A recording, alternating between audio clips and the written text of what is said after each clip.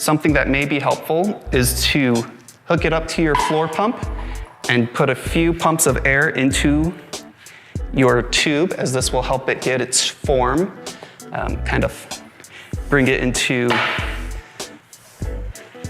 the shape that we're going to need to be working with to install it properly into the tire so that nothing gets folded over, pinched, and cause some complications down the line.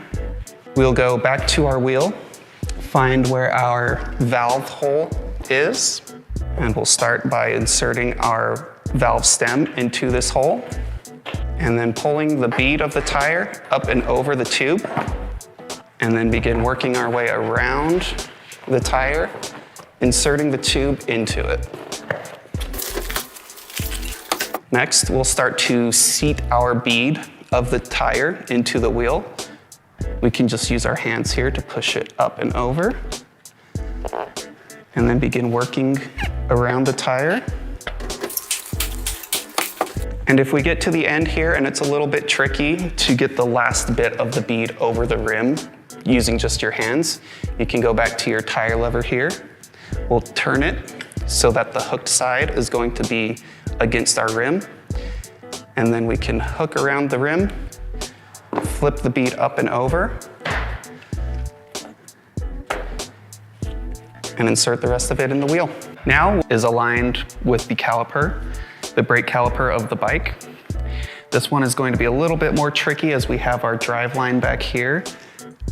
So we can start by lifting the chain up and over, kind of resting it on our small gears here. With our derailleur out of the way, we try to slide the wheel back into the frame. And this is where it's important to note that hardware we had mentioned earlier, putting it back in the same orientation that it was in when we took it out. We'll slide that no-turn washer over the side, and we'll let gravity do most of the work here. We can press down slightly on our tire. I'll get my 10mm wrench that I had mentioned earlier, jiggle around my axle a little bit, letting the wheel drop into place. Once we think the wheel is in place, we can give this a few more turns. This will make sure that our wheel is entirely seated inside our frame. And now we'll begin putting our hardware back on. Slide my derailleur protector up and over the derailleur. Next up, my washer, then my axle nut. And I'll start to thread this on as much as I can do with my fingers. This will make it a lot easier to tighten at the end. And then we'll do the same for the other side of the bike as well. It's very important to make sure our axle is inserted all the way into the frame. We do not want any air gaps between our axle and the frame. I'll begin to tighten this as well. And now I'll finish tightening up with my 18mm wrench. You'll want to make sure these nuts are on very tight, as they are what hold your motor into the bike and can lead to damages if they're not on tight enough.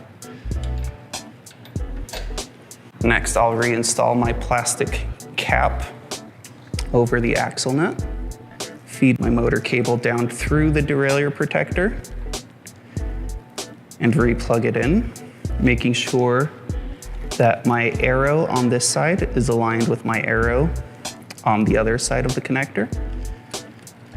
And then we can reinstall the zip tie that we cut earlier to hold our cable in place.